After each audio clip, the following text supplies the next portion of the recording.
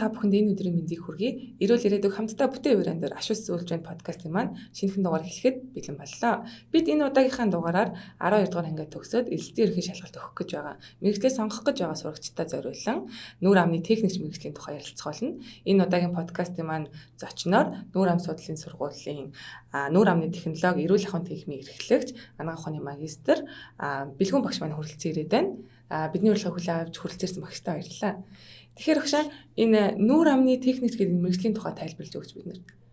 За сайн байцгаана уу? Юуны өмнө анагаахын шинжилгээ ухааны үндэсний их сургуульд элсэн орж суралцахаар сонирхож энэхүү подкастыг үзэж байгаа нийт 12 дугаар ангийн суралцагч нартаа, төгсөгч нартаа баярлалаа. За ингээд нүүр амны техникч мэргэжлийг би товчхон танилцуулъя. Нүүр амны техникч мэргэжилт нь нүүр ам судлалын тусламж үйлчилгээнд тусламж үйлчилгээ үзүүлэх багт оролцдог нэгэн бас чухал мэргэжил байгаа. За юу хийдэг вэ гэвэл бид нийт 32 шүдтэй. За энэ шүдийг ахуулснаар шүдний игнэний согог буюу шүдгүү болдог. За ингээд шүдгүү болсон хоосон зайг нөхдөг хиймэл бүх төрлийн авддаг шүдлбэрүүдийг хийдэг хүнийг нүүр амны техникч гэнэ. Тэгэхээр манай сургууль нүүр амны техникчийг илсүүлэн авч бэлтгэн гаргаж байна.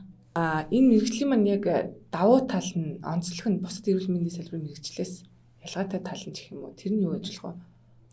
Ер нь бол яг нүүр ам судлалын тусламж үйлчилгээг өөрөө нийт ингээд багаар үзүүлдэг. Ерөөсөө нэг хүн үзүүлдэг үйлчилгээ гэж байхгүй. Энд хэн байх вэ гэвэл эмч, сувилагч, эрүүл ахуйч, туслах техникч нар хамтраад бүх төрлийн эмчилгээ үйлчилгээ үзүүлнэ. Шүдгүү орон зайг хиймэл шүдээр нөхөх. Ингэснээр тухайн хүнд гоо сайхан үлийг нь сэргээхтэй гоо сайхныг нь сэргээж өгөх зэрэг ийм амьдралын чанарыг дэвшлүүлэх хамгийн тийм чухал мэргэжил байна. Тэгэхээр савг засвал буюу энэ хиймэл шүдний эмчилгээнд ерөөсөө техникч болон эмч хоёр хамтраад ер нь нэгсэндээ 50-50% хувийн өөрөөр оролцоотойгоор энэ эмчилгээг хийж дуусгадаг байна. Тэгэхээр техникч хүн бол бас их тийм чухал мэргэжил. Энэ мэргэжлийн маань эрэлт хэрэгцээ ямар байд юм бол Монголд? За сая манайх нөгөө нүүр амны техникч мэргэжлийн хөтөлбөрийг магадлал итгэмжлүүлэхээр ингээд бүх төрлийн судалгаануудыг хийсэн байгаа. Ингээд Монгол орон даяар ажиллаж байгаа техникч нар болон лаборатори эрхлэгч нараас судалгаа авахд ерөөсөө нийт судалгаанд хамрагдсан бүх албан газрууд нээлттэй ажлын байр манад байна. Элсэх биш уучлаарай. Ирж ажиллаач гэдэг ийм нээлттэй ажлын байр ерөөсөө бүх газарт байсан. Тэгэхээр энэ нь юг харуулж байна вэ гэвэл зах зээлийн хөдөлмөрийн зах зээл дээр эрэлт хэрэгцээ бол маш өндөр. Төсөөд ингээд бүгд ажлын байртай байх боломжтой. За жишээ нь миний хамгийн сүүлд мэдж байгаагаар сая 2022 онд манай нийт технологийн мэргэжлэр 29 оюутан төгссөн. Эдгээр оюутнууд ингээд 100% ажлын байртай болчихсон байна. Тэгэхээр энэ бол ингээд бидний зах зээл дэх эрэлт бол маш өндөр байгааг харуулж байна.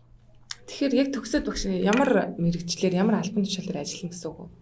Ер нь яг албан тушаалын хувьд бол ерөөсөө нүүр амны лабораториудад ажиллана. Тэгэхээр лабораторитой хувийн эмнэлэг байж болно, лабораторитой улсын эмнэлэг байж болно. Аль ч шатлалын эмнэлэгт лабораториудад техникч хийгээд ажиллаад явна гэсэн үг. Хувийн лаборатори ажиллах бас боломжтой. Тэгэхээр энэ мэргэжлийг сонгоод суралцъя гэж бодож байгаа суралцагч маань ямар шалгалт хичээлээр шалгалт өгөх вэ? За энэ манай мэргэжил ингээд 3 жил сураад төгсдөг. Дипломын боловсролтой сургууль хөтөлбөр байгаа.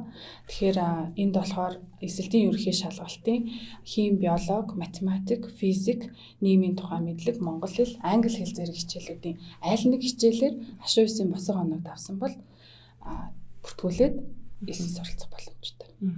Тэгэхээр багшаа яг энэ мэргэжлэрээ төгсөөд гадаадд ажиллах боломж байгаа юу? Ер нь бол боломжтой. Энэ бол ингээд дипломын боловсрол учраас бид нарт ингээд ямар нэгэн тийм хүний их хэмжээ юм уу нүүр амны их хэмжээтэй ажиллах лиценз шаардлагагүй байдаг учраас тухайн төгсөгч маань өөрөө ур чадвар өндөртэй гадаад хэлний ялангуяа англи хэлний мэдлэг хэрвээ дундаас дээш түвшинд байгаа бол нээлттэй ажлын байрууд бол дэлхийн аль ч оронд олдох боломжтой гэж би бодож байна. Жишээ нь сая 2022 он гараад танаа одоо төгсөгч нараас тэг 2 техникчийг Герман улсад ажилуулъя гэсэн ажлын байрны санал ирсэн байж байгаа. Тэгэхээр нөгөө нэг тухайн төгсөгчөөс бас өөрөөс нь их шалтгаална хэрвээ хичээж чармаагаад те хэл усаа сайжруулад тэгээ манайхаас ингээд бүтэн ийм одоо чадамжтай техникч болоод төгсөг гарах юм бол хаанч ажиллах боломжтой. Яг энэ мэрэгчлэр анагаах шинжилгээний үндэсний сургууль суралцахын яг давуу тал нь юу вэ? За хамгийн том давуу тал манай сургууль манай анагаахын шинжилгээ ухааны үндэсний сургууль нь нүүр амны техникч мэрэгчлэлтэн бэлтгэдэг цорын ганц сургууль. Тэгэхээр өөр аль нэгэн одоо хувийн сургууль юм уу те яг энэ мэрэгчлэлтнийг бэлтгэдэггүйгээрээ одоо манай сургуулийн хамгийн том давуу тал юм аа. Тэгээд ер нь бол давуу талыг ингээд дурдах юм бол маш их зүйл байна. Одоо ажлын байр хамгийн өндөр байна гэдэг бол бас нэлээд том үзүүлэлт гэж би бодож байна. Мөн дээрэс нь мэдээж хүн болгонд бас эдийн засаг одоо цалин бас их сонирхолтой байгаа гэж би бодож байна. Тэгэхээр яг одоо хийсэн ажиллаараа хуваар цалинжаад байд юм уу, үндсэн цалингаа аваад ингээд явдаг ч манайх бол цалин өндөртөө ажиллах боломжтой гэдээ бас хэлж байна. За тэгэхээр багшаатаа одоо ингээд нийт 12 дугаар ангид төгсөөд мэргэжлийг сонгох гэж байгаа амьдралынхаа хамгийн том сонголтыг хийх гэж байгаа нийт сурагчтай хандаад үг хэлж өгөөч. За ер нь бол юун төрөнд та бүхнийг анагаахын шинжилгээ ухааны үндэсний сургуулийн нүүр ам судлалын сургууль, нүүр амны техникч мэргэжлэр элсэн суралцахыг миний зүгээс урьж байна. Мөн дээрэс нь энэ мэргэжил сонголт гэдэг өөрөө хүний амьдралдаа хийж болох одоо хамгийн чухал бөгөөд хамгийн том сонголтын нэг байдаг учраас маш сайн бодож тунгаах хэрэгтэй.